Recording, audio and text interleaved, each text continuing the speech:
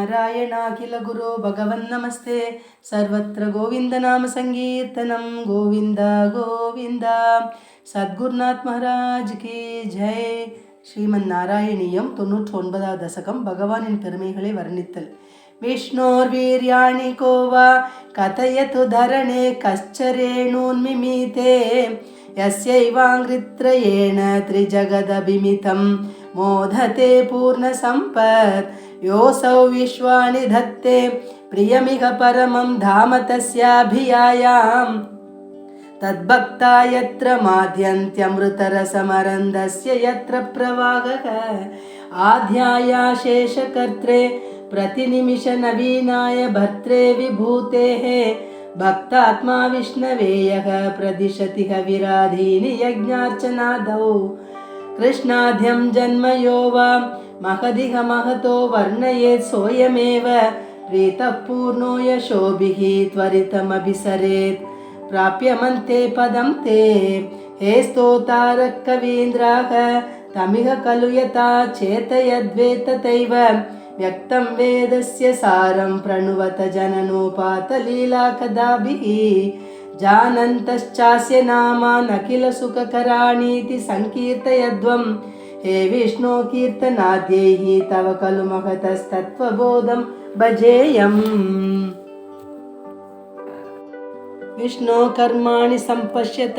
मनसि सदा यैष धर्मान् बध्नात् यानीन्द्रस्यैष भृत्यः प्रियसख इव च व्यातनो क्षेमकारी वीक्षन्ते योगसिद्धाः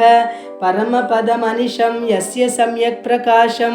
विप्रेन्द्रा जागरूकाः कृतबहुनुतयो यच्च निर्भासयन्ते नो जातो जायमानोऽपि च समधिगतः त्वन्महिम्नोऽवसानं देवश्रेयांसि विद्वान् प्रतिमुहुरपि ते नाम शंसामि विष्णो तं त्वां संस्तौमि नानाविधनुतिवचनैः अस्य लोकत्रयस्यापि ऊर्ध्वं विभ्राजमाने विरचितवसतिं तत्र वैकुण्ठलोके आपसृष्ट्यादिजन्याः प्रथममयि विभो गर्भदेशे ददुस्त्वाम् अत्र त्वय्येव जीवा जलशयनहरे सङ्गता ऐक्यमापन् तस्याजस्य प्रभो ते विनिहितमभवत् पद्ममेकं हि नाभौ दिक्पत्रं यत्किलाहुः कनकधरणिभृत् कर्णिकं लोकरूपं हे लोका विष्णुरेतद्भुवनमजनयत् तन्न जानीत यूयम् युष्माकं ह्यन्तरस्थं किमपि तदपरं विद्यते विष्णुरूपं नीहारप्रख्यमाया परिवृतमनसो मोहिता नामरूपैः प्राणप्रीत्यैकतृप्ताः चरतमकपरा हन्तने चामुकुन्दे मूर्ध्नामक्ष्णां पदानां वहसि खलु सहस्राणि सम्पूर्य विश्वम् तत्प्रोत्क्रम्यापि तिष्ठन् परिमितविवरे भासि चित्तान्तरेऽपि भूतं भव्यं च सर्वं परपुरुष भवान् किञ्च देहेन्द्रियादिषु आविष्टो ह्युद्गतत्वात् अमृतसुखरसं चानुभुङ्क्षे त्वमेव यत्तु त्रैलोक्यरूपं तददपि च ततो निर्गतो नन्दशुद्ध ज्ञानात्मा वर्तसे त्वं तव खलु महिमा सोऽपि तावान् किमन्यत् स्तोकस्ते भागये वाखिल भुवनतया